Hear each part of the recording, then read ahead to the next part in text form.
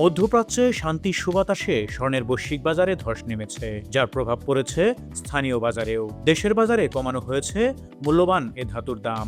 এবার ভরিতে ৫,৪৮২ টাকা কমিয়েছে বাংলাদেশ জুয়েলার্স অ্যাসোসিয়েশন বাজুস। বুধবার সকাল 10টা থেকেই নতুন দাম কার্যকর হয়। সে অনুযায়ী দেশের বাজারে আজ 22 ক্যারেটের এক ভরি স্বর্ণের দাম পড়বে 2,25,290 টাকা।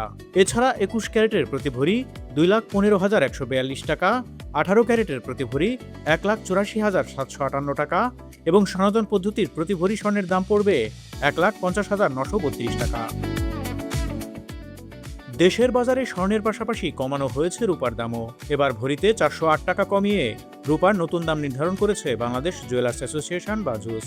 বুধবার সকাল 10টা থেকেই নতুন দাম কার্যকর হয়। সে অনুযায়ী দেশের বাজারে আজ 22 ক্যারেটের এক ভরি রূপার দাম নির্ধারণ করা হয়েছে 4,841 টাকা। এছাড়া 21 ক্যারেটের প্রতি ভরি 4,607 টাকা, 18 ক্যারেটের প্রতি ভরি 3,966 টাকা এবং সনাতন পদ্ধতির প্রতি ভরি রূপার দাম 2,974 টাকা নির্ধারণ করা হয়েছে। আন্তর্জাতিক বাণিজ্য, প্রবাসী আয়, ভ্রমণ কিংবা অনলাইন কেনাকাটা সহ নানা অর্থনৈতিক লেনদেনের জন্য প্রতিদিনের মুদ্রা বিনিময় হার জানা জরুরি। লেনদেনের সুবিধার্থে জেনে নেওয়া যাক টাকার বিপরীতে গুরুত্বপূর্ণ বৈদেশিক মুদ্রার বিনিময় হার।